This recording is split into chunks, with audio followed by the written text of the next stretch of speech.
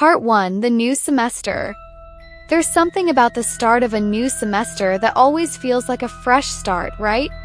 But what if that one new thing you didn't expect to find at your college was danger itself? And worse, what if that danger was hiding in plain sight? It's your first week back on campus. The usual buzz of students moving between classes, reuniting with old friends, and everyone trying to shake off the summer rust. Everything seems normal, routine even.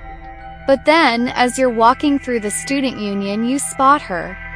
First, you don't think much of it. After all, it's a big school. You're bound to see new faces. But she stands out, even in a crowd of hundreds of students.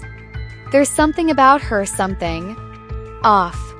You can't put your finger on it, but she's watching you.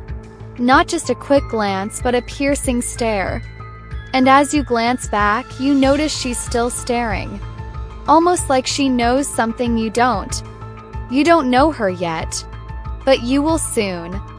And trust me, when you do, your whole idea of college life will never be the same again. The first time you see her, it's during the crowded lunch hour at the student union.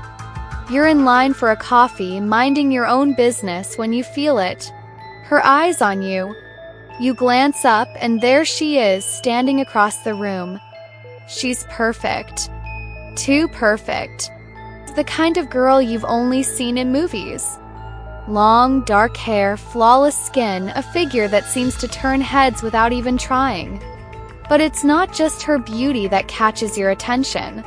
Her eyes, those eyes, are too intense. You can feel them burning into you even from across the room. They don't blink, not once. You try to ignore it, thinking maybe it's just a coincidence, but when you turn to grab your coffee, you feel her gaze follow you.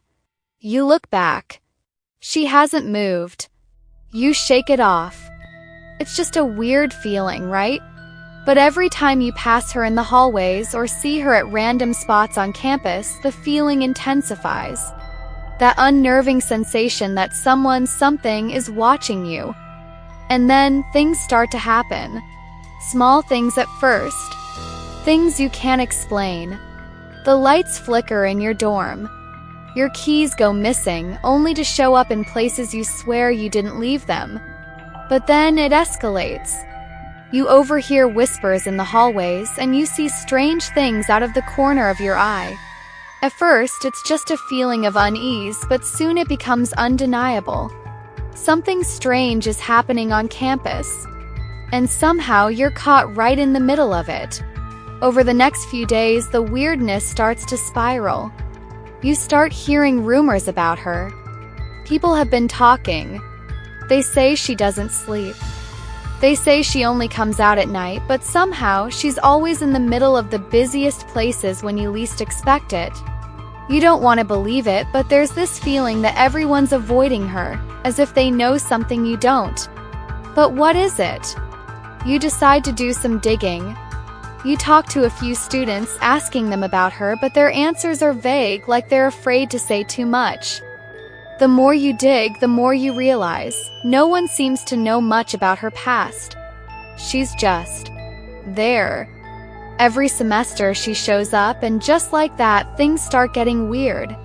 You try to convince yourself that it's all in your head, that maybe it's just the stress of school and adjusting back to the routine. But it's not just her that feels wrong.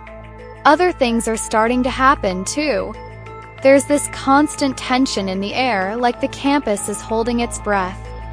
You overhear a conversation between two students about something strange happening in the science building late at night. One of them is whispering, but you catch a few words. It's her. She's doing it. You need answers. So you start watching her more closely.